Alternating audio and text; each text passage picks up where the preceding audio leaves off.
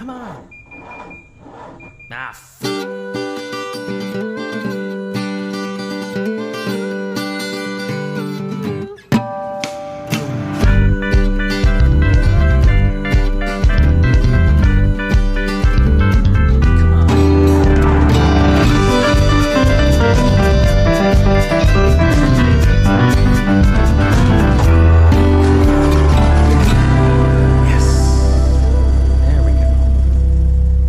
Hey everyone, welcome to the Check Engine Podcast. We're the only podcast produced by three two-time winners of IMSA's Spirit of the Race Award. We're hosted on Anchor.fm and streamed worldwide on all the platforms that you use to listen to your favorites. My name is Nick. Joining me, as they do every single week, are creator, writer, episode idea, vending machine Andrew, and producer, deep thinker, chief show namer Tristan. What's going on, guys? I don't know that I love being referred to as a vending machine, but I don't hate it particularly. Okay, so you're neutral on the idea. Yeah, I'm neutral. I could adjust to it, I think. Okay, so I'm gonna keep using it until you hate it. How's that sound? That sounds great. Awesome. So, vending machine. God damn it. Do you hate it You now? agreed to this. Instantaneously. Okay, Done. we're done. Great. So how was y'all's week? I mean, how could any week be right now? Yeah. It's crazy. I mean, one thing that obviously we didn't talk about any of the real world last week. Simply because I certainly wasn't ready to talk about it. And I don't know how you guys felt about it. I never felt qualified to talk about it for the most part. Yeah, I feel the same way. I agree, which I think is actually something that's at this point, a week later, worth talking about because it's not like anything I've ever seen before. I mean, obviously, if you live in the world, you'll have heard about the international rioting. According to what I've heard, there's never been a time in American history where all 50 states have had protests about a singular issue, as has happened now, the death of George Floyd and police brutality. And there have never been more countries protesting at the same time at any point in human history, even during the Berlin Wall or the Cold War, just to give a sense of some scale there. And what I think is particularly interesting about this, so George Floyd was tortured to death and murdered. And so it started in Minneapolis and Minnesota and expanded from there. But the most interesting thing for me as someone who can't claim any element of hip hop culture, although it is a culture that I enjoy and partake of what bits I can when I can without trying to vulture the culture or, anything of that nature. For the first time ever, after one of these incidents, I saw white people shut the fuck up. No, with the exception of Drew Brees, no one unexpected said anything idiotic for a week. Yep. And I've never seen anything like that in my entire life. And of course, since then, we've now come to a consensus that we sat back, God forbid, for a week and listened to black people. And it actually seemed to have accomplished something. Imagine that. And it's so interesting to me because now, hearing now I've experienced this in a couple different ways. I didn't watch the George Floyd video because I knew I wouldn't be able to handle it. I did hear I forget which podcast it was. Dan Lebatard did a reading of the transcript of Floyd's final words. Yes. Which was shattering. I was literally sobbing. And it's so horrible. The whole thing is so unbelievably horrible that this was the only possible conclusion. I mean, yes, it took too long, and yes, it's so terrible the way things have happened. I mean, if you go down the list, just recent memory of names that we all know of black people who have been killed by cops in recent memory. So obviously we have George Floyd, Philando Castile, Dre'Jon Reed, Breonna Taylor, and both of them were killed in their own homes. Ahmaud Arbery, Trayvon Martin, Tamir Rice, and Eric Gardner. I mean, it's Michael Brown. Like we've seen this same thing happen over and over and over again, except this time, for some reason, there was a different result. And maybe it was somehow in some perverse way a result of coronavirus, right? People had 3 months to sit down and do nothing but learn how to listen to something. And maybe somehow that made a difference. But it's just that's an interesting point. I never really thought of it that way. That was something that I heard that was first I heard on the Joe Budden podcast. He brought it up a week ago as saying that, well, in his words, everything happens for a reason. And I think there might be something about that, because everything went so differently in terms of people like us. Everyone just shut up. Yeah. And that's never happened before. It's never happened before. Well, I mean, there was nothing to say. Like what that's one of the, I didn't want to, I guess I was just trying to measure my words so carefully. I just got to the point where it's like, you know what? I don't even know what to say right now. Like, there's nothing I can say that's going to help.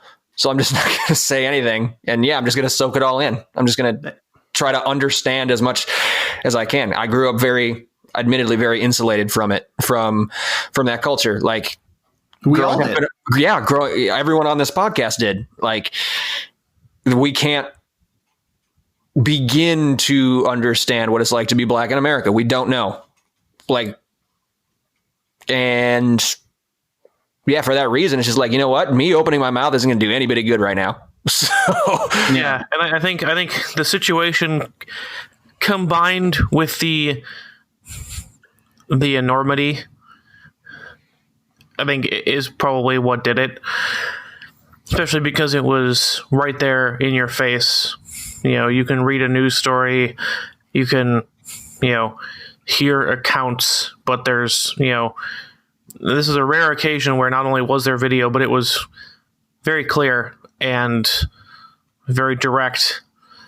And I think that had an impact. It left nothing to abstraction or the imagination. It's like, this is it.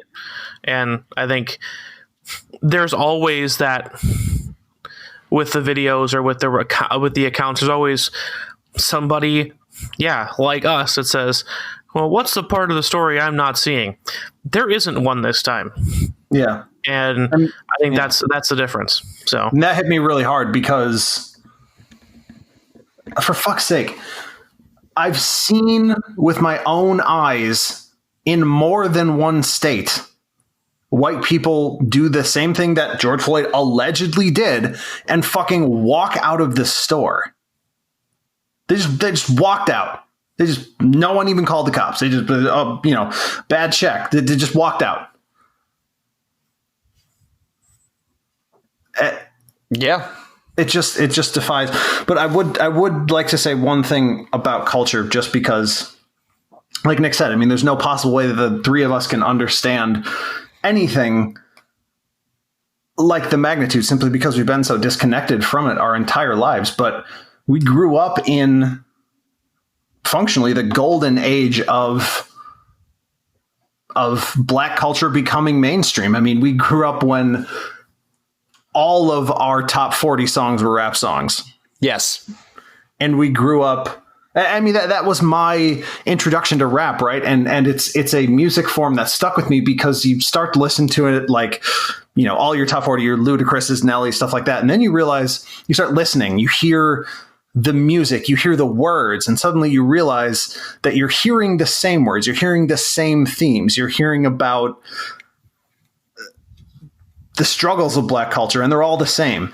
And that puts something together in your mind. You're like, wait a second, if all these people are having the same experiences, then there must be something to it, right? You hear the stories of people and you begin to believe them just by the commonality. And then you find out about things like COINTELPRO, like real, true government FBI-led investigations. They're putting together dossiers on fucking Jay-Z and Busta Rhymes like they're international criminals. And it's like, okay. And it snowballs. There's that one entry point for everyone where it snowballs into a larger understanding. And of course, there's everyone has a different entry point, right? It's just that as horrible as it was, this seemed to be an entry point for a lot of people. Yes. And an unignorable, undeniable invitation to listen. Yeah.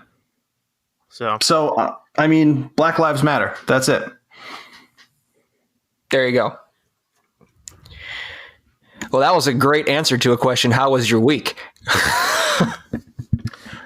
But it does relate to cars in a very direct way.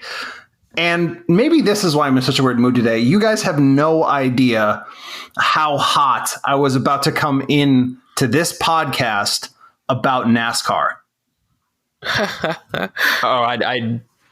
Okay. Do we want to get in? I mean, we have to. Yes. I do want to get into this a little bit because it's a huge, huge deal. I mean, in the wake of the protests. I mean, I was at the racetrack all day, so if there's something like that happened today at the race that I missed, like, you're filling me in. So then I'll do that.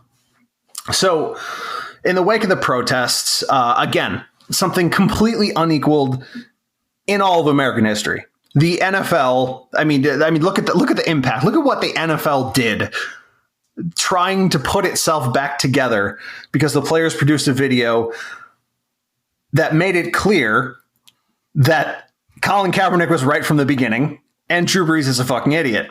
But I mean, the NFL, Roger Goodell put in a video literally saying that they were wrong for everything that they did. And that's crazy. And it must have been so hard for him to do that. Oh, well, I have a theory about that as well, about how they're he will get thrown under the bus for this exact same thing in about 18 months. But that the car podcast. But anyways, that was my direct line into, okay, let's take a look at racing. And up until, NASCAR, I believe, was actually the first league to put out a statement. However, it was a really terrible statement because they just said, they towed the line as much as they possibly could. Listen, one of the things that we're going to need to do post this in this new era of America is say what we see. And what I see when I look at NASCAR is what everyone else sees in the stereotypical crowd of NASCAR. We know who these people are. There's mad Confederate flags there. I think back to when we were at the Xfinity race at Road America, and I said to you guys, Tristan and Nick, that I found the prayer before the race disconcerting. And you both told me that I was being weird about it and it was totally normal. But one of the things that I feel within myself, it wasn't specifically NASCAR. That's what I'm saying. It's so different. But it happens before all the Road America races. That's definitely true. But to me, it was different. It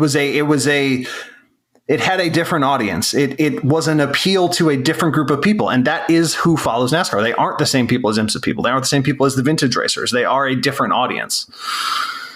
And that's never more evident than when NASCAR speaks to the broad audience. So one of the things that really got me angry was in NASCAR's original statement. They did not say the name George Floyd. Say his name. And that was going to be the central thesis of my issue with them. However, before the actual race today, they did do their moments of silence. They did have driver representatives. They had their drivers on Twitter putting out messages that were of actual value. And I guess, I don't know. It's good that they did all of this and they did the right thing, but I just don't know what to think about it. What you just said. You can just think that it took them a minute, but they finally did the right thing. I hope it's not fake, I guess is what I'm getting at. I hope it's not fraudulent. Yeah, I think only time will tell. Right. I think we can, I think you have to take it at face value now. You can take it at face value with suspicion, but you have to take it at face value for now, especially because it seemed so thorough. As you mentioned, they seem to hop on it first, and then also, when given the chance to refine the message, did so. So that's true. It's encouraging to me. So at least was this the driver's "I will listen" message? I think I saw. The "I will listen" message. Yeah, absolutely. They brought in Keydron Bryant, who had a viral song after the death of George Floyd. He performed the national anthem before the race. I mean, they were in Atlanta, right? So yes. I mean, we know what Atlanta is. I mean, they're retweeting drivers saying Black Lives Matter. There's a video. There's in optics, they 100% nailed it. And of course, it's nothing but me. It's nothing but my already established thoughts about NASCAR and the people who own NASCAR and the people who support NASCAR that would make me think it's anything other than genuine. Because, like I said, the optics are fairly perfect. And I don't think they could have done better. In all honesty, you have to give them credit for that. They did really well. Yeah, I would agree with that. However, good on you, NASCAR. However, John Doonan, bro. John Doonan. Where you at? Yeah, really. Haven't heard a word. Haven't seen a thing. Haven't seen a tweet from IMSA. Haven't seen a tweet from IMSA Radio. And that's one thing. There's levels to that. Smaller series, new head. They may think that they can sit it out. They can't. That's one issue. You know who else hasn't said anything? Formula One. Yeah, and Lewis Hamilton got on the rest of the series super hard for that this week. Yeah, he did. And he did it almost a week ago, and they still haven't said anything. I mean, that's just blowing my mind. I'm sorry to anyone who's still hanging on to Michael Schumacher. The best driver, the best driver in the history of your entire sport is black, and called you out, and said he's alone and doesn't feel supported. And they didn't say a fucking thing. Yeah, it's not looking good on Formula One right now. To me, it's just you almost get appalled. I almost get appalled by the arrogance of Formula One. Me too. They're just consistently they're just immune to this stuff because they just have to walk into a room and say we're Formula One, and everyone in that case, no, everything from ticket prices to fan access to some issues like this that are way so beyond those other trivial things, right? Yeah. We're Formula One. We don't have to give access to the fans. We're Formula One. We don't have to make a statement. It's just, I wonder, and this is so petty. I wonder if, because this was in one of the articles I read about Lewis Hamilton and his comments about F1 and him, feeling unsupported. He's seven wins away from taking the number one spot all time from Schumacher. He's going to do it this year. Well, that's what I'm saying. Basically, the second they get in the car, it's over. He's dominating Schumacher in points. He's got 3 times the points career-wise, dominating him in laps led, races won. If you look at Hamilton's stats, it's silly. Well, the points thing, just to kind of put that into context, when Schumacher was racing, the max you could get for a win was 10, where now it's 25. So they upped the number of points. So that's a little false inflation there. But yes, I mean, he's going to, unless something catastrophic happens with this Mercedes car that no one saw coming. Like, he's going to eclipse that record this year. And he's going to tie Schumacher in the number of championships. So more wins, equal number of championships. That's huge too. I mean, Yep. yeah. If you look at Hamilton's stats, is F1 season 17? How many races are in an F1 season normally? Is it 17? It was around there until like the last 2 or 3. They're up to around 20 now. Gotcha. Because Hamilton's got several seasons with 17 wins, and I was like, did he sweep the whole season? Close enough. And he lost like 3 or 4. Still podiumed in it, by the way. In the ones that he lost, quote unquote, he was still on the podium. Right. That's just an unprecedented. I mean, come on. It's a situation so ridiculous. It's almost a parody of itself at this point, because what would F1 do in this situation? They'd just be F1 and say, fuck you. And that's exactly what they're doing. It's horrible. Yes. What else did you expect? That kind of thing. Yeah. Yep. IndyCar did put out a great statement. They were on it immediately. They did very well. And those are the leagues I care about. Yeah, and as long as we're on IndyCar, last night their season finally opened. No fans at Texas Motor Speedway. And the guy that we keep bringing up over and over on this podcast he just happened to do it again. Not a 3-month COVID delay, not a 1-day show with limited practice, not a new aero screen that adjusts the weight balance on the car, can hold this guy back. 150 plus of 200 laps led. His 47th career win for Scott Dixon we're talking about. He is now 5 away from Mario Andretti on the all-time wins list. And here's a stat that they said last night that really blew my mind. He has tied AJ Foyt 18 seasons now with at least 1 win. Wow. 16 in a row. You know what's weird about that? Guy is a machine, man. I saw like more than a little bit of salt about Dixon winning on Twitter after it happened. Really?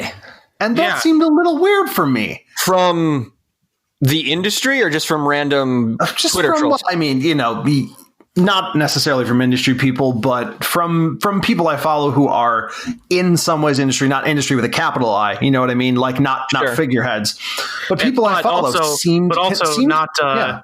but also not anti Scott Dixon Russian Twitter bots, actual people. Yes. Which was very odd to me. Yeah, I don't understand what he's done to piss people off. Like, I don't either. Seems like a great guy. Hate him because they ain't him. Yeah, basically, it's what it is. So, good on IndyCar, like you said, Andrew, for getting out there early, getting in front of, if you can call it in front of it. It's not really in front of it, but being swift about it. And also, good on Roger Penske. They keep asking him because Indiana's got like this phased opening going on, and obviously the speedway seats like almost 300,000 people if you include the infield. So he didn't say like the amount, he didn't say like capacity, but like the rescheduled Indy 500 is scheduled for August. They're running there on July 4th, NASCAR and IndyCar for the first time ever, but I don't think there's going to be fans there. It's just going to be TV only. But he just came flat out and said, I will not run the Indy 500 without fans. So the tentative date is August. Tentative date number 2 is October. So he's got like plan B and plan C, depending on when at least they open it up to larger gatherings. And I thought that was cool of him to say, because that race deserves fans. There's races you can let slide. You need fans at the Indy 500 in some capacity. Yeah, I think that's what you have to do. It sounds so weird. I don't know. Maybe my brain just hasn't switched back fully yet, but it sounds so weird to me to now hear praise, and you're not the only one, praise for scheduling large gatherings of people. Yeah. Well, it's got to be measured. Like, why would they be irresponsible to do that? Yeah. I don't think it's like whether I go in August or whether I go in October, I'm not expecting a full house. Like, I just don't know where they make the cutoff. Like, that's the thing. Like, a lot of people have purchased tickets. So, like, is it like a random draw now of who goes or who gets that could actually be a little exciting. Who gets moved from their seats in the bleachers down to the infield in like specially marked area? Like, I don't know what the logistics behind it are going to be, but like, I do not think it's going to be anywhere close to a full crowd. Yeah, how could it be? You can't. I mean, you guys haven't been there, but like when we were there for the 100th, I mean, that's pretty historic, the 100th running. So they sold more tickets than they ever have. And like, we were packed in there like sardines. Like you were rubbing hips with people, man. Like they obviously can't do that. Is it like every other row? Yeah. Like, how do they make it happen? But it sounds unpleasant to me, just in general. Yeah. Even before all this. Anyway. Anywho, Yeah, that's going to be interesting. We haven't even talked about what the topic of tonight's episode is supposed to be. Oh, that's right. We haven't. So, well, tonight is, I think, going to be a little more interesting than I expected. I very blithely said that this week we would talk about car songs, but not as they are commonly understood, not songs what to be played in the car. However, songs about cars. Specific models or the songs where the car is the feature. And right, so far we've done, I believe, general road trip music, and then the often played by me foot down playlist, ultimate Yes. foot down playlist for driving quickly. Specifically, but we haven't done our favorite songs actually just about the topic of cars, driving, etc. Right. And well, this was based off of one specific song that is definitely on my list because I think that it may capture a moment in car history and car culture perhaps better than any other song to exist about cars. And so I thought, oh, this is going to be easy. Or was it? Right. Yeah. I had that problem. But was it? We'll find out. However, before that, one last thing that I must share with the two of you gentlemen, because it's a conspiracy theory or a conspiracy sounding theory that I've had for a while. And the fact that we're only now getting this as researched evidence means a lot. However, let me cut right to the chase. This week, the IIHS was letting off the fully automatic of tweets about automation. Okay. Uh-oh. And it's kind of interesting. Not that, the IIHS Twitter account is any sort of monolith, and I don't think it's even managed by one person. I would imagine they have interns. But there's been a shift in the way the account has been talking about autonomous cars lately. And I think part of it is a sudden shift. Intern? Well, no. No, I'm kidding. Maybe. Obviously, that's not my serious answer. But I think part of it is, I don't know if you guys have noticed this, but there's been a very aggressive adjustment to stop using the term autonomous cars because they don't exist. And I think this may be part of it, but here's the scientific backing. Here's the big headline. Automation may not eliminate errors that contribute to most crashes. So Yep. here's got it. But here's what it is. And this is so interesting to me. Up to so the whole thing that Daddy Elon and all those other guys have been saying is that the number one thing that autonomous cars can do is eliminate human error. But they actually don't. If you look at the statistics, they make errors, not only the same errors, but at about the same rate as humans do.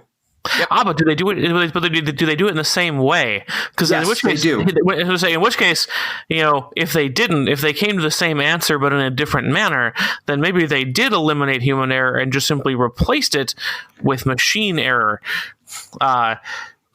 Which stands up to my general thesis as there is no such thing as machine learning. But that's It's quite possible. So right here they have a pie chart of accident types, essentially.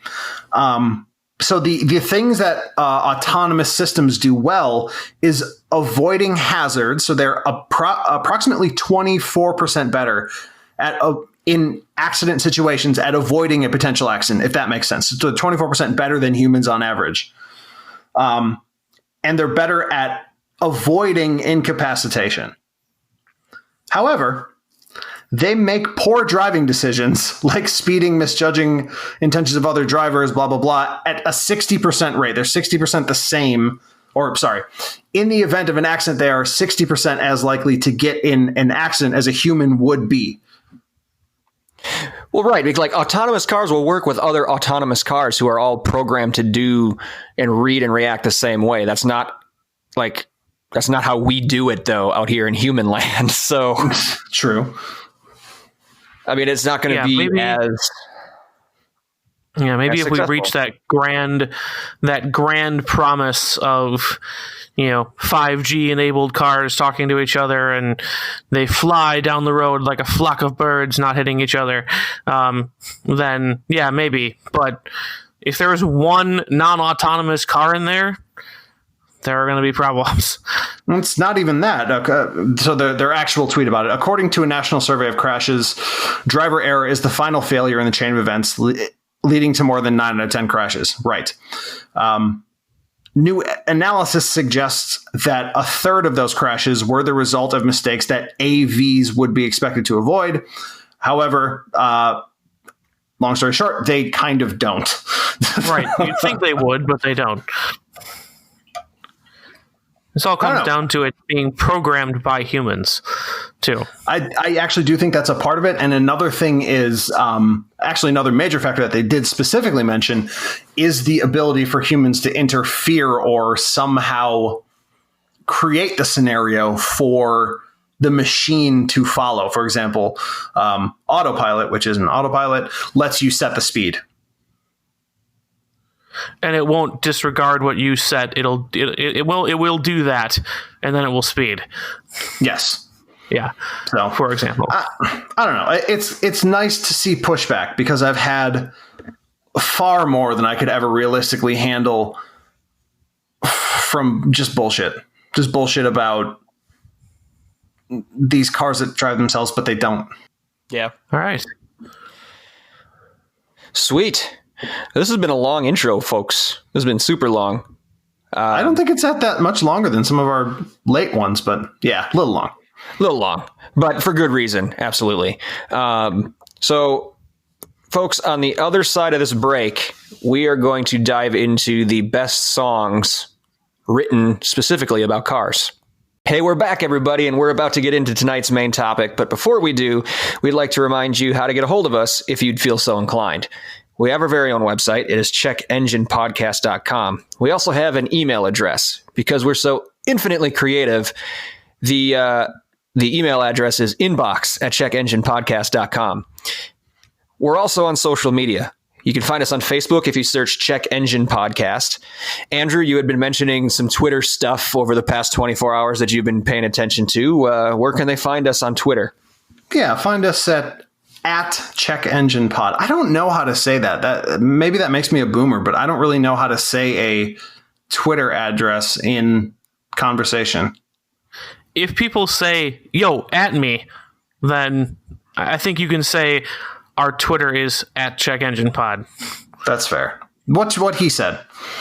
And Tristan, since you know how to do this, where is our Instagram? That is not the symbol, but you can find us by searching for Check Engine Pod. However, if you would like to tag us in a picture, then you do use Check Engine Pod. Do not do a 101 class right now. Oh, Jesus. But That's a little breakdown. Since we had some questions, apparently, I figured we would set that out there. This is your fault, Andrew. I am a boomer. Okay, boomer. Don't forget to use the number sign /pound before things you want us to know about. We can organize posts that way too. It's pretty cool. Back in my day, we called it the hash. That was something else. No, it wasn't.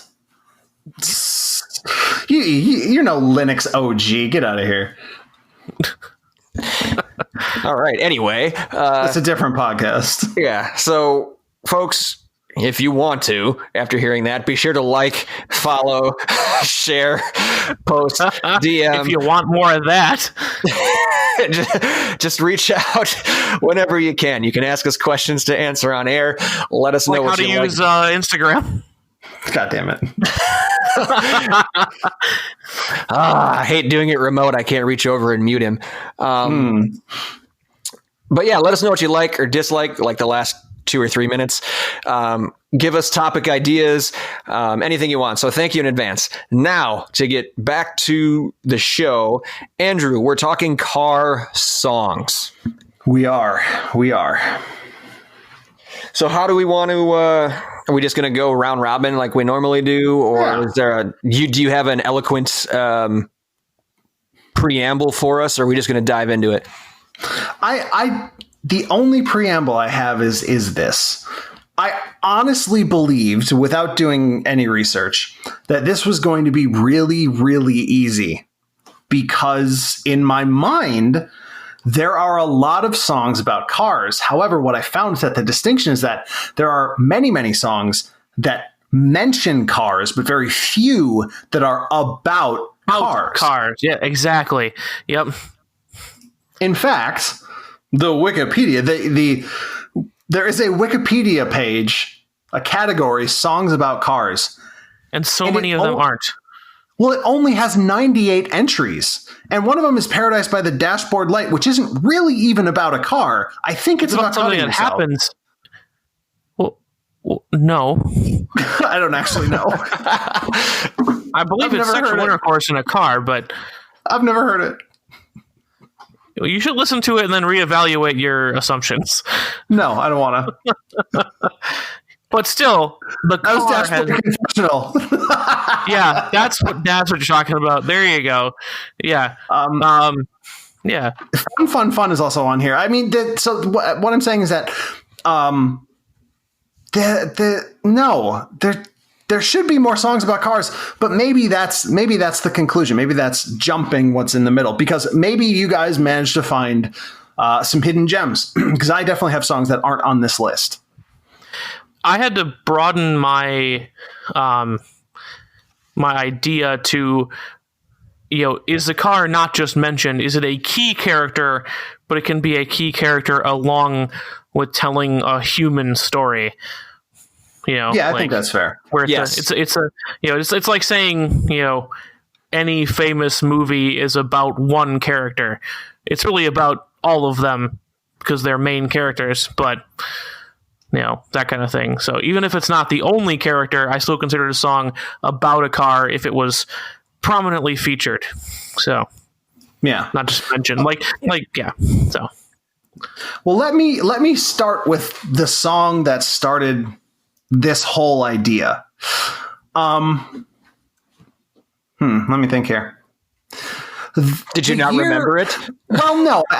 It needs. Listen. All right. It needs a proper buildup, because, like I'm saying, this song, in my opinion, and I think there's a strong argument to be made, takes a snapshot of car culture in a certain year, maybe better than any other song in existence, including songs from the 50s and 60s. The year was 2002. And a group called the Big Timers released a song called Still Fly. And this song is insane. I mean, first of all, it's like classic, like big ballin' style, like super swaggy, braggy rap, which is always great. Big Timers are great. With a classic, like signature Big Timer sound. But if you look through the lyrics on this, it's just describing exactly what's in, Fast and the Furious and Need for Speed Underground and the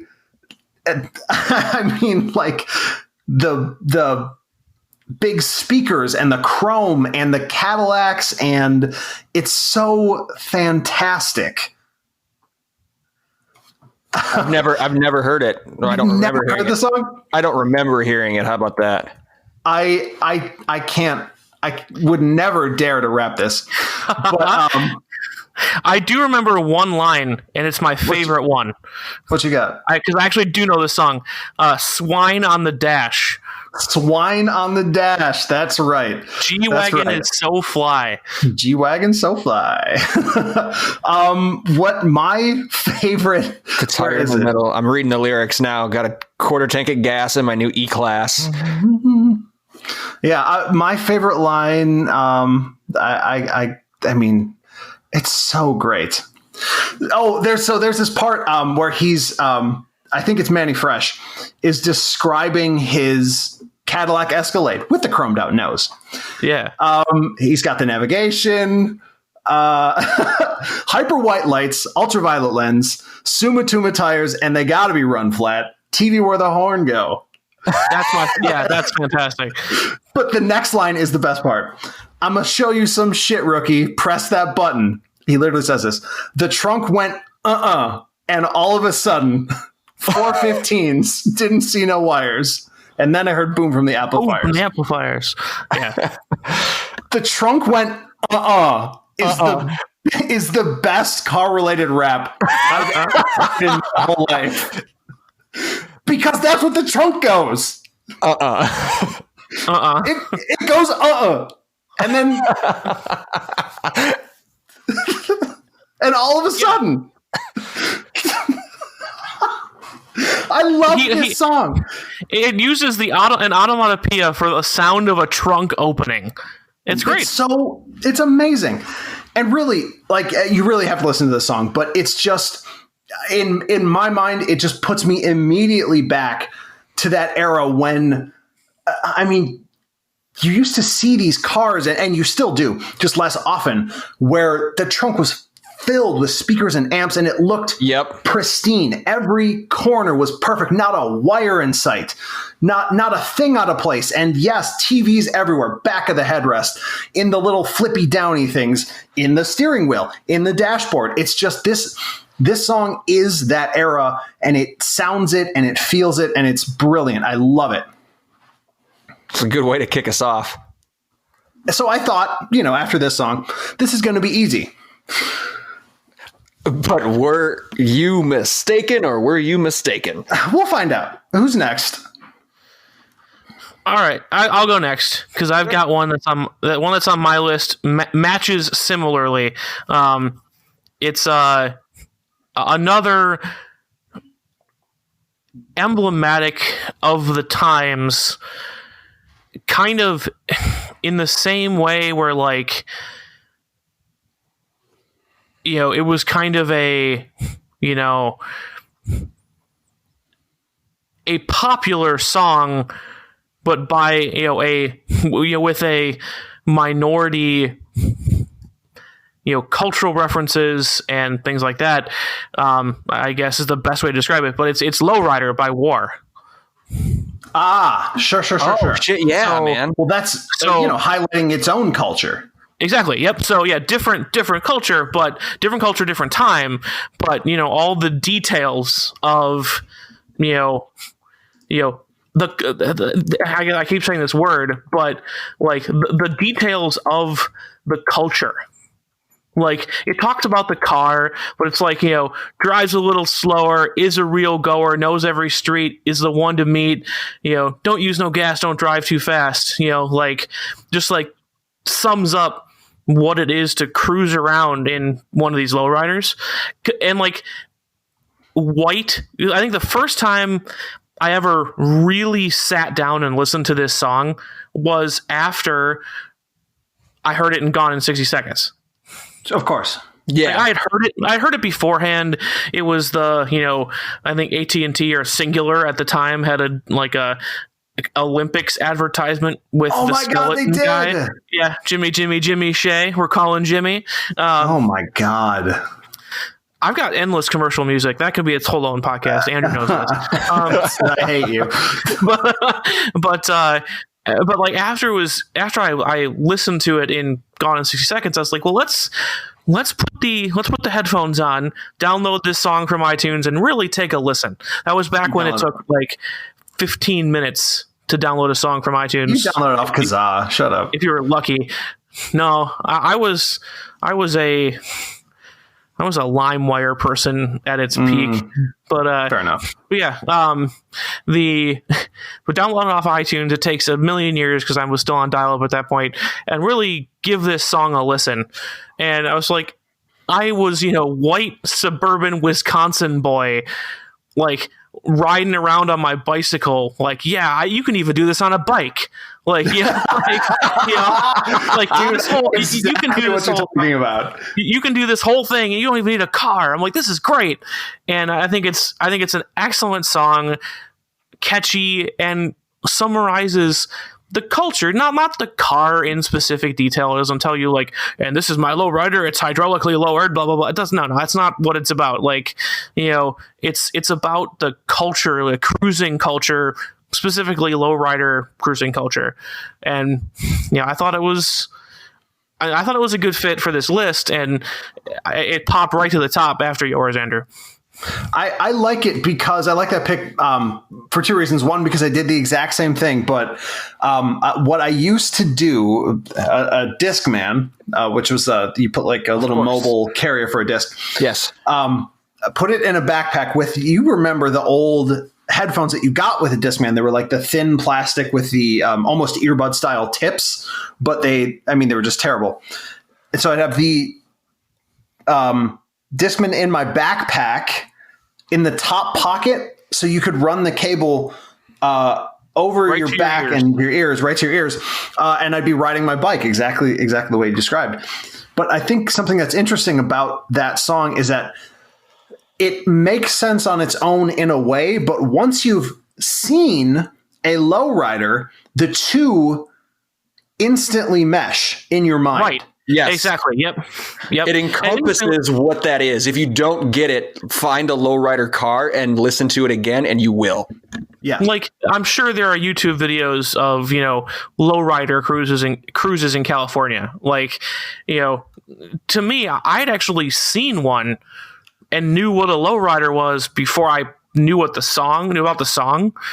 And like, so it instantly matched up for me. And I was just blown away by the fact that, like, whether it's true or not, who knows exactly, but like, this is kind of the attitude of the people in these cars, and you don't have to even be in this car. It's great. Yeah. So, you're totally right. Yeah. Yep. Great first pick. My first pick, I was actually kind of nervous about until Tristan just earlier in this episode here talked about how either about the car or the fact that the car is the main character in the story, one of the characters in the story. And the fact that you qualified it that way made me like super happy about this pick, because I thought I might have gotten some shit from you guys for this. But my first pick is, we're going to turn on the Wayback Machine and go all the way back to 1955, Maybelline by Chuck Berry. Ah, wow. Some original rock. Okay, yeah, let's just get that out of the way. Like, what many attribute to be the very first rock and roll song, the song that birthed that genre, is number one. And the story of the song is essentially like a street chase between an angry boyfriend and a girlfriend who was unfaithful. That's who Maybelline was. But so like the chorus is, Maybelline, why can't you be true? Oh, Maybelline, why can't you be true? You started back doing things you used to do. And that repeats 3-4 times. But all the lyrics were about a car chase. As I was motivating over the hill, I saw Maybelline in a Coupe de Ville, a Cadillac rolling on the open road. Nothing will outrun my V8 Ford. The Cadillac doing about 95, bumper to bumper, rolling side by side. And then Cadillac pulled up ahead of the Ford. The Ford got hot and wouldn't do no more. And then, like just all the way through. Let's see. First thing I saw that Cadillac grill doing 110 galloping over that hill. Off-hill curve, a downhill stretch, me and that Cadillac neck by neck. So he was in a V8 Ford chasing a Cadillac Coupe de Ville trying to run down an unfaithful girlfriend. So great. And if you don't know the song, if you haven't heard the song, you're a nerd. If you haven't heard it, you're a nerd. That's true. Yeah. Listen to this song. It's an amazing song. It's so far beyond classic. Like it's a defining. It's like not having ever heard Amazing Grace. You're just a nerd. Yes, true. And I think there are a few on here that, and this is Andrew, you're describing like what a hard time you had with it. Frankly, I was we discussed this earlier today. I'm kind of disappointed by the music industry because it was hard to find like modern songs. Even songs that weren't like this. Like, yeah, and like there were no like songs about cars are popular because all the songs about cars show up on the popular songs about cars list. There were no hipster options.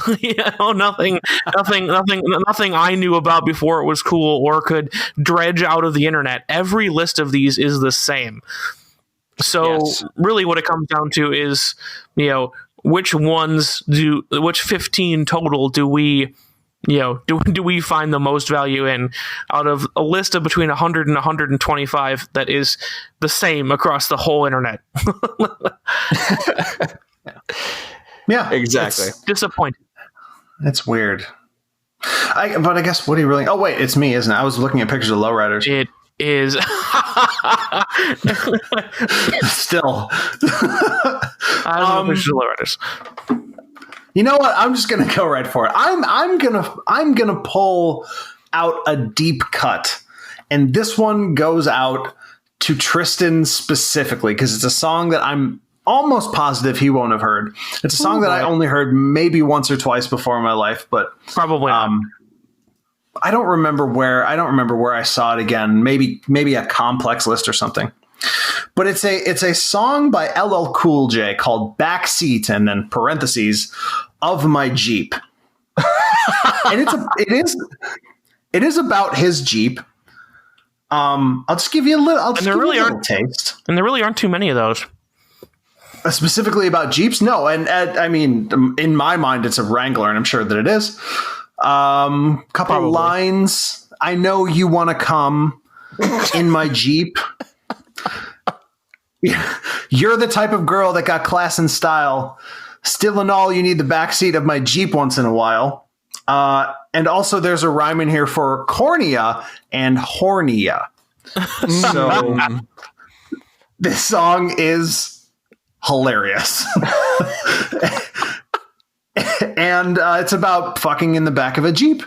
It's I don't know if it's a classic, but it's a really, really great song. And it is absolutely 100% focused on the Jeep and the fucking taking place therein. Fair enough. I had not heard that one. I'm going to. Backseat of my Jeep. Just for a laugh, if nothing else. It's great. All right. I will match that one with one that goes out to Andrew specifically because he does know this song. No. Yes, you do. Is it Maria? No. I know you know the song because you introduced me to it. Uh-oh. And I'm gonna say 2 words of the lyrics, and you're gonna know which one it is. I'm gonna let you announce it when you know what it is. I feel so much pressure right now. Hey Alexa. You really picked that song? I did. It's fucking amazing. Because again, actually, it's called "Whip a Tesla" by Young Gravy, and think Baby No Money. That's true. Respect the man. I think the interesting thing about it is At first, when he sent it to me, I was very mad. Mad. Yes. Why does this exist? And like, but then I listened to it some more and I read the lyrics, and weirdly enough, much like the first two that Andrew and I had, it's actually weirdly emblematic of a culture, good and bad. It's kind of the late 2019s internet video famous, like fake but real rapper influencer culture thing. Yeah, 100%. And it might be tongue in cheek. It might be serious. It might be both. It might be seriously about being tongue in cheek. I don't know. But some of the lyrics are fantastic. Whip a Tesla, spinners looking kind of extra is how it starts. Yes. I mean, it just gets better from there. So, again, with this list of songs that are all the same, this is the only one that I brought in that wasn't really anywhere on those lists, and I think it deserves some interesting things, applause, a little bit of shudder, all sorts of stuff. And I do think it is a good song featuring the car, best in how emblematic it is, not musically, certainly, but, there's a lot to say here. And I think it's an excellent car song. I find it floating through my head more often than I or anybody would like. Yeah, Tristan, that's a good pick and definitely weird. So that gives me a little inspiration to present my weird one to the group. This is a song from 1998. If you look at the lyrics, you really can't tell where the car comes into it, except for one line in the chorus, like the money line in the chorus is just, it's there. And it's the title of the song. And I just thought it was great that someone can just go out, and he did say this in interviews. He wrote this song about the dragster from the Munsters sitcom. Oh, no. I do know what song it is. It is Dragula by Rob Zombie. Heck yeah. That is an obscure reference for him to make. I've actually wondered about the name of that song since, I guess, The Matrix. Okay. Was it in The Matrix? It was. It was in the club scene of The Matrix. So indeed it was. Yep. Yeah. I remember that. I figured it was some play on, Dragulia. What? He came right out and said, I wrote this about the Munsters car. But nowhere in the lyrics besides slam in the back of my Dragula does it mention anything about a car. Wow. It's weird. The car itself, folks, if you look it up, it was quite a feat of special engineering. It was a coffin that they put a V8 Ford in the front of. And then the driver sat in the back of the quote unquote coffin, and with a little bubble where his head could fit. Let me tell you something. If you just search Dragula and go to images, it's something. You find it. That's for sure. I didn't. I have found the Dragula European tour, which is in fact a drag of vampires. Look up Dragula Munsters car, and you'll find it. I looked up Dragula Drag Race, and it gave me the exact same results. Well, maybe that's the problem. I'm just saying. It is a golden coffin. I see it now. I'm just saying they really effectively covered that up. But if you search Dragula or Dragula plus Drag Race, you're getting the same results. It's a golden coffin. It's got big pipes that look like organ pipes coming out the side, and then on the front, it's got a tombstone that says born 1367, died question mark. Question mark? Yeah. That's actually kind of cool. It's a cool looking car for just a random design like that. I really hate dragsters, but I got to confess that that's cool. Yeah, Herman Munster's dragster from the sitcom. And yeah, Rob Zombie, supposedly, he said in an interview, wrote that song about it, even though none of the lyrics have anything to do with it. Sometimes you just need a chorus, man. Sometimes you just need a chorus. You just need a word. Yeah, that's a good point. It's his most famous song, like as a solo artist too. Like outside of like the White Zombie stuff that he did as a band, when he went solo and just became Rob Zombie, he's done some decent stuff, but like he peaked right away with Dragula. It's been 20 years and he hasn't come up with one better.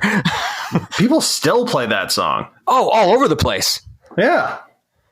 It's as weird and offbeat and kind of gruesome as it is, like looking at the music video, like the chorus, I need the Dragula, is kind of catchy. Like that's a heavy song too. It's like that. It's heavy. Yeah. So Dragula, Rob Zombie, my second pick. All right, back to me. Well, let's see. I did just do a song about sex in a car, so maybe I shouldn't do another one right away. I will do this interesting little ditty. This was a song that I initially pitched as a theme song for this very podcast. It's a song called Satan Is My Motor by Cake. And it is a song about a car in the strictest sense that it is describing the car of which Satan is the motor. It's got wheels of polished steel and tires that grab the road. It's got seats that selflessly hold my friends and a trunk that can carry the heaviest of loads. It's got a mind that can steer me to your house and a heart that can bring you red flowers.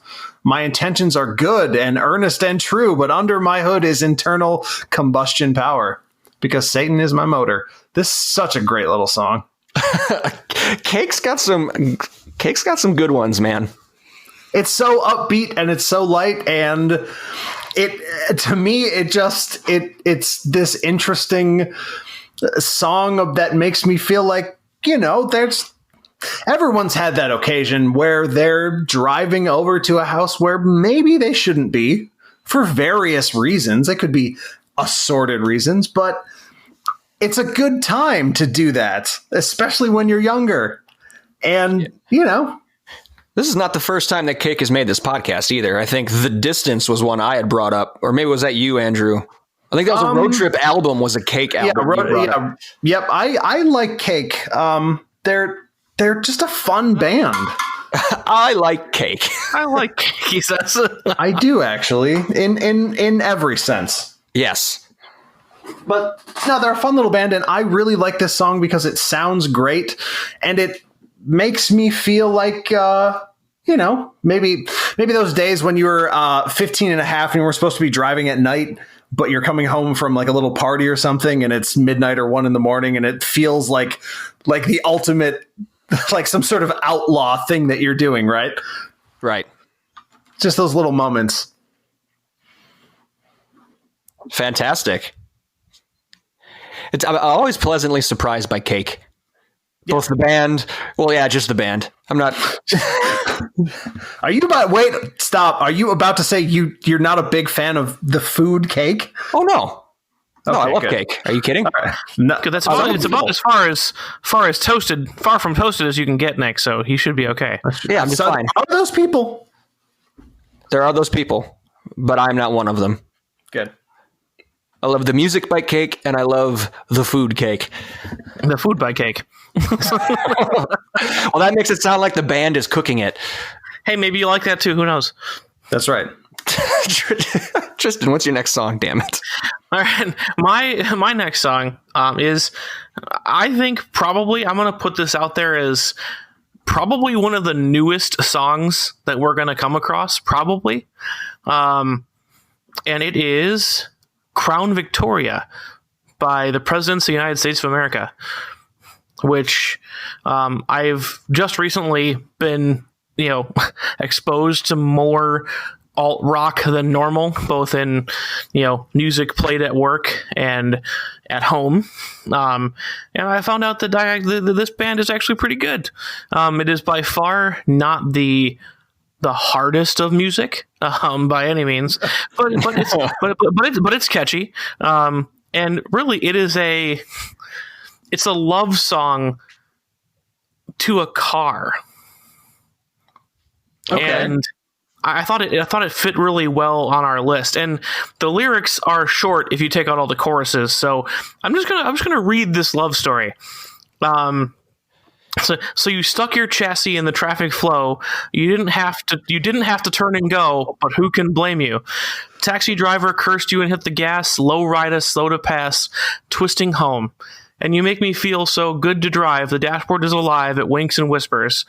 Drive through window to the park to park, but I'm not afraid of the dark with your light. Crown Victoria, you make me smile. Used to crumble donuts on your seats. Policemen like to eat and lick their fingers. Stocked and standard leather everything. Power locks and steering. Linger, please. Crown Victoria, you make me smile. Crown Victoria, a million miles. Rented at the airport in LA, poolside, so we'll stay. We'll stay wandering. You don't want to give your keys to the man it hurts, so extend the rental terms one more day. Crown Victoria, you make me smile. Crown Victoria, a million miles. Crown Victoria, you make me cry. Crown Victoria, I was born to drive. Oh, that's cute. Not bad. They must have rented a Crown Vic on tour. Yeah, right? Like, what's the genesis of that song? But like, it's, yeah, I just thought this was written by a person who either was incredibly struck by this vehicle or who has an incredible imagination to basically imagine something like this. It's a catchy song, and I love the lyrics. And it's not something that's going to be, that we can really dive into deeply as far as the history of the song and the culture and everything else. It's just a good song with a good story. Yeah, that's a good pick. I like it. I've never heard it. That's a good pick, man. You're segueing me very, very nicely tonight, Tristan. Well done. Good. Talking about like the origin of the song. And not only is this was one of the first songs that popped into my head when Andrew suggested this. So I was going to make my list regardless, but then I looked into it a little bit more and found out the origin story of this song, which is actually pretty cool. This is my next pick is Highway Star by Deep Purple. It came out on their 1972 album Machine Head. So for those of you who don't think it's a car song or who don't know it, I'm just going to read the first verse and chorus here. Nobody gonna take my car. I'm gonna race it to the ground. Nobody gonna beat my car. I'm gonna break the speed of sound. Ooh, it's a killer machine. It's got everything. Like a driving power, big fat tires and everything. I love it and I need it and I bleed it. Yeah, it's a wild hurricane. All right, hold tight. I'm a highway star. And the origin of this song, I mentioned it came out on a 1972 album. It was either late 1970 or early 1971. They were on their tour bus on their way to a show, and they had some press member riding with them, and he asked, guys, how do you guys write songs? Like, where does it start? And the singer and the guitar player said, oh, like this. The guitar player just picked up an acoustic and started strumming G chords repeatedly, just at a really quick tempo. And the singer ad-libbed these lyrics to the member of the press. And they played it that night at the show they stopped at. Nice. So they actually played it live before they released it onto an album. And it was just funny. It was a complete ad-lib lyric, and it came out to be one of the best, more iconic car songs of all time. That's funny. I didn't know that backstory. I do like the Highway song. Star, I did not Deep know the Purple. That is certainly interesting. I didn't know that at all. One song that I really wish that we could include in here, but we obviously can't because it's not actually about a car, is Little Red Corvette by Prince. I mean, that's just such a great song. But Right, and that was actually I cut myself short at the beginning when I was like, songs where it's in the title or it's a name, but it's not really about the car. yeah. And I was like, I will come back to that. That was the one I was. That was that one. Oh, sorry, didn't mean to ruin your thing there. No, I figured it would come up eventually, so I was just gonna finish that story when whoever said it. It's fine. That was just like, yep, that's the one. Here's one that I will definitely make an argument for, if only because it maybe should be an iconic moment in rock, if a somewhat tragic one. It's a song, or rather an a cappella bit of a song by Janis Joplin called Mercedes-Benz. Ah, yes. It's an interesting little song. It's basically her Money for Nothing, right? It's, oh, Lord, won't you buy me a Mercedes-Benz? All my friends drive Porsches. I must make amends. Worked hard all my lifetime. Yeah. She actually did. She drove a Porsche in real life. She did. But an old one. Yeah. So, it's just her saying that she would really like a Mercedes-Benz because all her friends drive rich cars. Oh, Lord, won't you buy me a color TV? The thing about this is, so it's just a vocal track. It's a refrain and what possibly or probably would be like a pre-chorus. But she recorded it just days before she died.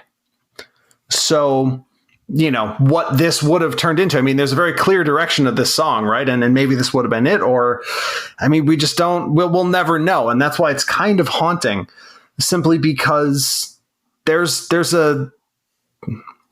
such intent here. There's such a good idea. There's such a quality song. And unfortunately, all we'll ever get out of it is the audio track of what we have. Yeah, that's true. For sure. So yeah, Mercedes-Benz. Mercedes-Benz by Janis Joplin. R.I.P. in peace. Yeah. Tristan. So are we on 4 now? Is that right? I think so. This is 4, yes. I'm running real low. So what are we gonna do here? Let's go with another. This one's a fairly obvious one. I feel like I tried to get off the beaten path a little bit before this, but here's going to be one of my most obvious ones. Cars by Gary Newman. Also a great driving song. I had it on my list, but I did not. I had it on my honorable mention, we'll call it. Yeah, I've got an honorable mention, kind of just interesting information section as well. I think we should do at the end, but sure.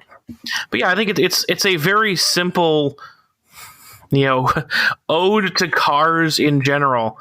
Like it's not specific. It doesn't have a specific model, etc. And there are lots of interpretations about, is he really talking about cars? Who really knows? But I think, Andrew, like you said before, if you haven't heard this song, you're a nerd. Then you're a nerd. But basically, it's like,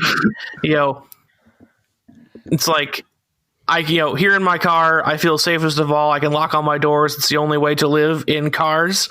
And it's just basically about how the lyrics are, it's like basically an evolution. Like he's like, I'm all snug in my car, nothing can hurt me in my car. Isn't this pretty great? And then it's like, but actually, like I can't, I'm not in touch with you, the person he's singing to, will you please visit my car if I open the doors? You can assume that you can assume that the person said no, and he says, I know I've started to think about leaving tonight, although nothing seems right in cars. And it's this kind of like arcing story, catchy tune, which was, the story is the whole song was written in half an hour, which I can believe it, but sometimes that's how it has to be. And I think it's because of its broad appeal about all cars. I think any car people have, at one way or another, listened to the song and been like, "Yep, that's about right." Yep. It's like you go into your car. Yeah, you go into your car to get away from your troubles, or to kind of block the world out for a while. And here's your safe place in the car. And I like that.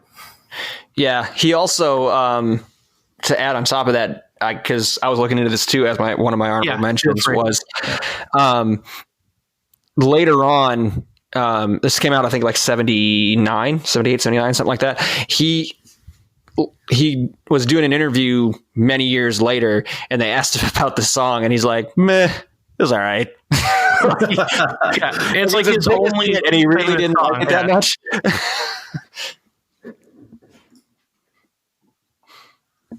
Good pick. All right, number 4. You know what? This is just going to be kind of a plug. I'm not going to say much about it. I don't think there is much to say about it. Tristan, if this is your number 5, I apologize, because this seems like a very Tristan song. 409 by the Beach Boys. I mean, it's not my number 5, but I have something to say about that when it comes my turn. But go ahead. You can say it now, because I really don't have anything to say about it. I don't think there is much to say about this song. Yeah, and it's not about this song in particular.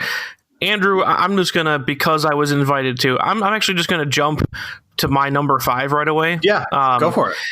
Which is, I'd like to thank, in this regard, basically all of early, what is it? Was the term California myth?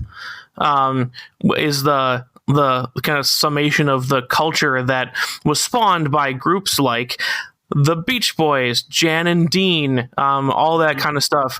The Ripcords, all that kind of stuff. Yeah.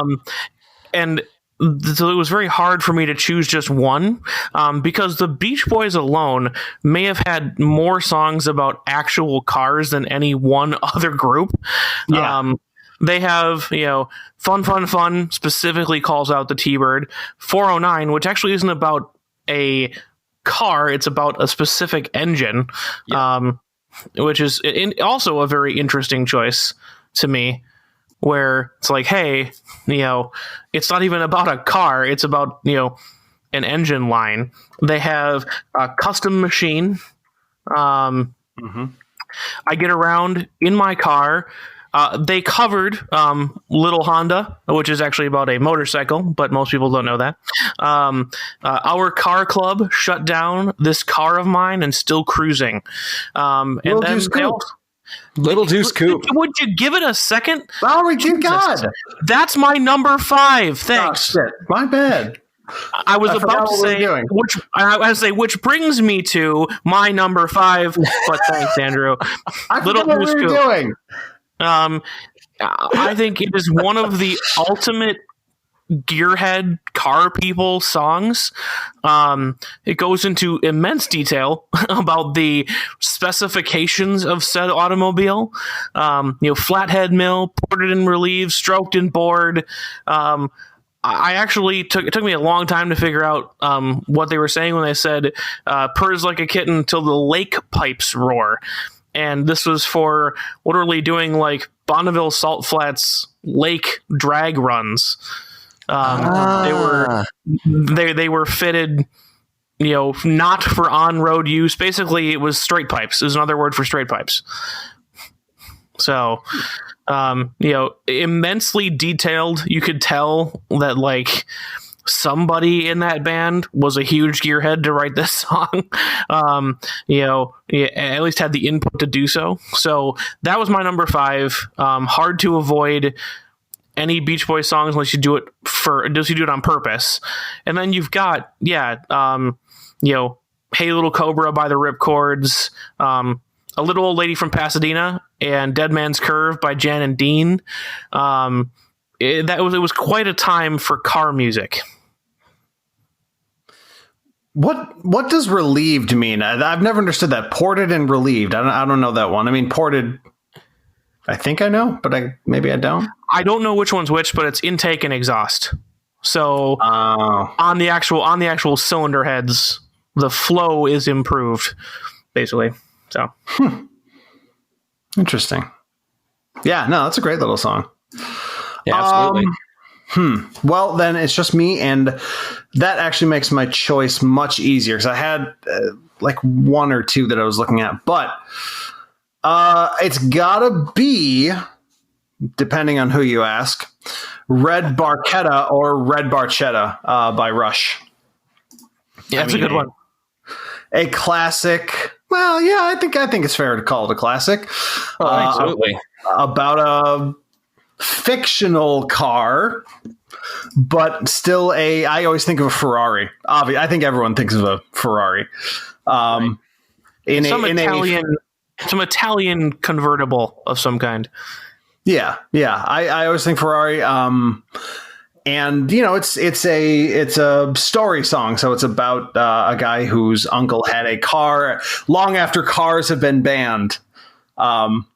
And the guy takes it out for a drive, and it's an interesting song. Apparently, inspired by a futuristic short story called "A Nice Morning Drive," which is interesting because it was a short story published in a 1973 issue of Road and Track. Huh. Which I didn't know. I did just a little bit of research. So they wrote the song after reading the story published in Road and Track, and they tried to get a hold of him.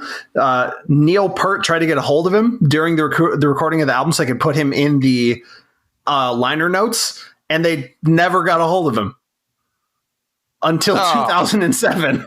Wow. It's just like, at least wait, finally. Yeah.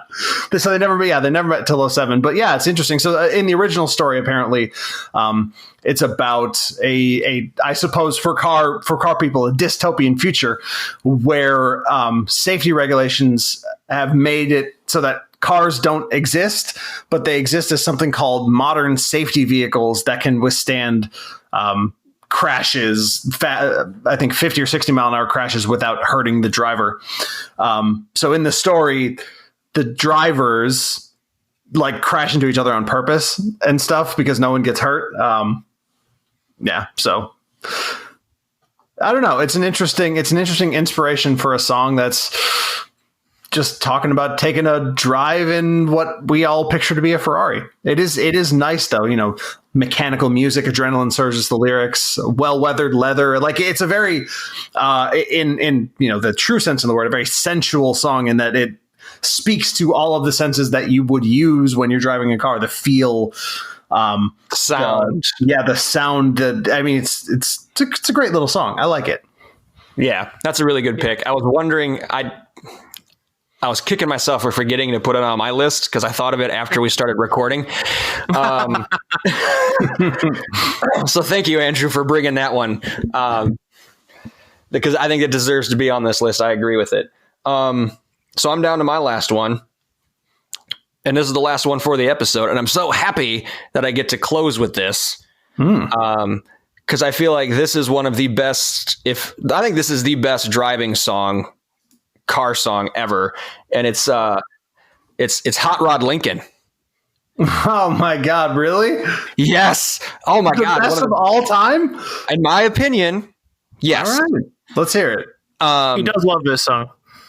Yes, Tristan, Andrew, you may not be as familiar, but Tristan, the awkward bass line I start to play when there's that's right. when there's awkward silences comes from this song.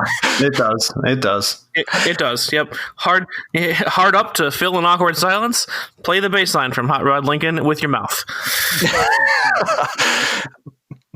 So the one that everybody knows, and I found this interesting, and I was looking up more info on it. The one that everybody knows, I love the name of this band.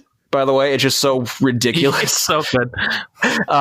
The one everyone knows is from the early 70s by Commander Cody and the Lost Planet Airmen.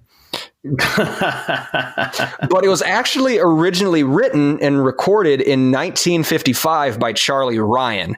And Charlie wrote it as a response to a song that I wish I would have wrote the name down of now because I'm really stupid. But so this song, Hot Rod Lincoln, obviously is about a Lincoln motor in a Model A car. But there was one of the lyrics is, have you heard the story of the hot rod race when Fords and Lincolns were setting the pace? Well, someone 5 years before Charlie Ryan had written this story from the perspective of someone in that Ford when the hot rod Lincoln zipped by them. So Charlie Ryan basically took that same story and wrote it from the perspective of the person in that hot rod Lincoln. Mm-hmm. Yeah, that's an answer to Archie Shibley's 1950 hit Hot Rod Race.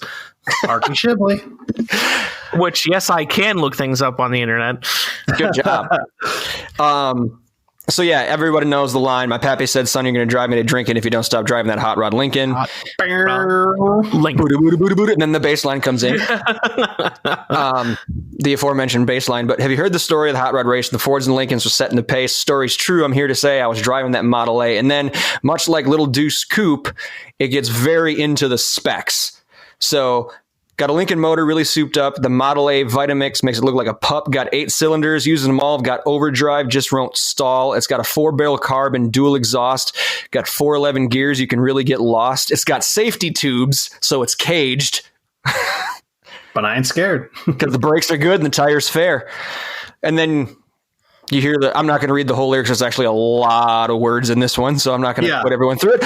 But folks, look it up. Hot Rod Lincoln. Read the lyrics. Literally just you're racing through the California desert, a Ford, a regular Lincoln, I guess, and then a Hot Rod Lincoln Model A.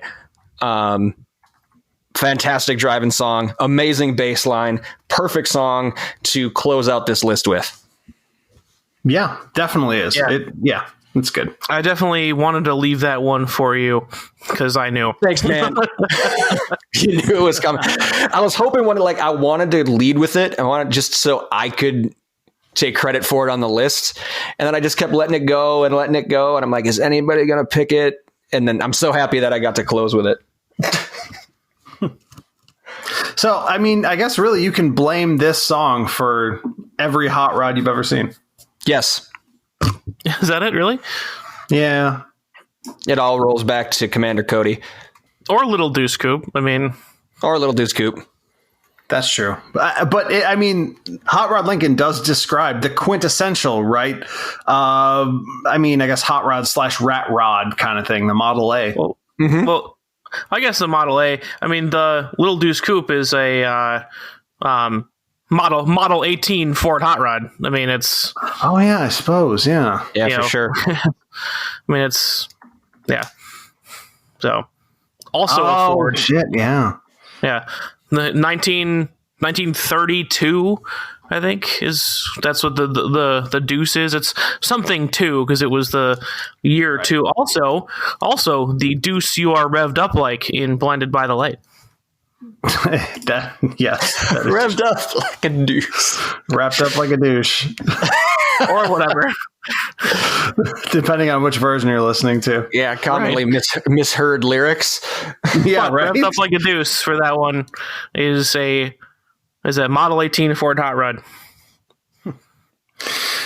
So, what I took away from this is definitely that, first of all, these lists really don't take into account hip hop or rap at all.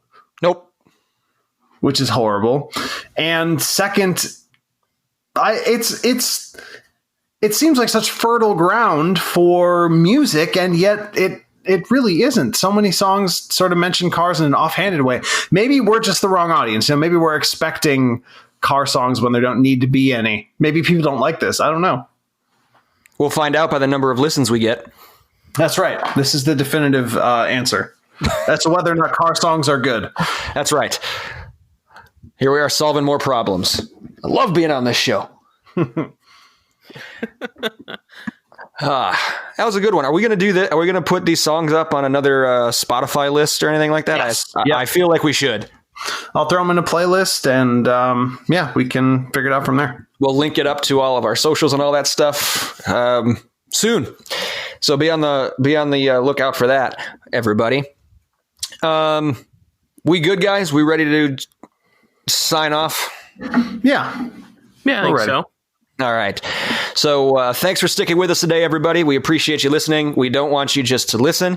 We want to interact with you as well. We already mentioned how to find us online. So, hey, let us know, what are your favorite songs about cars? Like, which ones did we miss? Let us know. Tell us. Send us links. Send us YouTube videos to the music videos. Inform us. Something else you could do besides that is leave us a review. Preferably a good one. It only takes a couple seconds. Hopefully 5 stars. Just slide your mouse over to that 5th star, give it a click, and you're good to go. You can also hit that subscribe button wherever you're listening to us, whatever platform you find us on. Just hit that subscribe button for us if you wouldn't mind. It's free. You'll get notified of any new content we put out, and helps us with that big old podcast algorithm. So we'd really appreciate that. If you're really into what we're doing and you'd like to support this podcast monetarily, you have 2 options for that. You can go to patreon.com/checkenginepodcast, or at our homepage, anchor.fm/checkenginepodcast. There's a support button right near the top of the page by our logo. Just go ahead and click there to get started. Every cent donated is put towards making this a better podcast for you, and none of it comes back into our greedy little pockets. So again, thank you in advance for that. Fellas, who or what are we giving a special thank you shout out to before we take off? I just want to thank everyone protesting, everyone doing the right thing, doing the safe thing. We're not talking looters. We're not talking troublemakers. None of that shit. Just everyone out there making changes, everyone using their platform responsibly. Hopefully we did that tonight. Hopefully we made our positions clear. Hopefully we made some sense out of where we stand, or what we think of what very easily could be the biggest social event of our entire lifetimes, all of our lifetimes, and Black Lives Matter. Well said. Tristan? I don't know that I need to add anything else. Fair enough. I would like to do an extra thank you. I would like to thank Brakes. That's a good one. Fair. You know the phrase, you don't know what you got till it's gone. Oh, God. So, you went racing today. That's right. Yeah, the CEP go-kart made its season debut today. And half a lap into the first practice session of the season, brakes to the floor. Nothing happens. And I fly off into the pillows. I think that was like the first real shit your pants moment I had in a go-kart for all the times I've been racing in it. Racing those And bear things. in mind, this is a guy who ended up having to go get significant back surgery done because of a moment that was not an oh shit moment. I was just going to bring that up. Yeah, that one was... Yeah, I was probably saying oh shit on that part too. Good All point. right. I didn't want to but I was saying that's, just how rare it is for him, ladies and gentlemen. How about that? That was not due to brake failure. True. It would have felt different.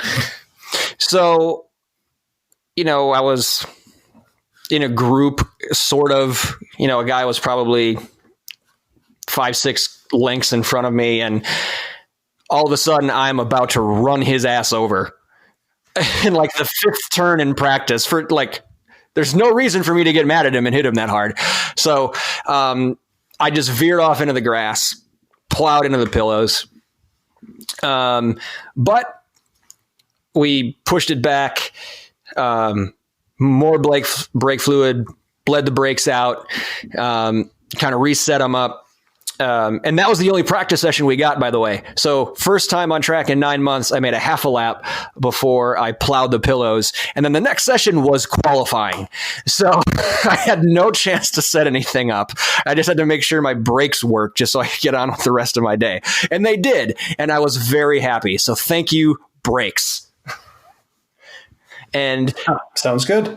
And as always, thank you, listeners, for your continued support. We love hearing from you.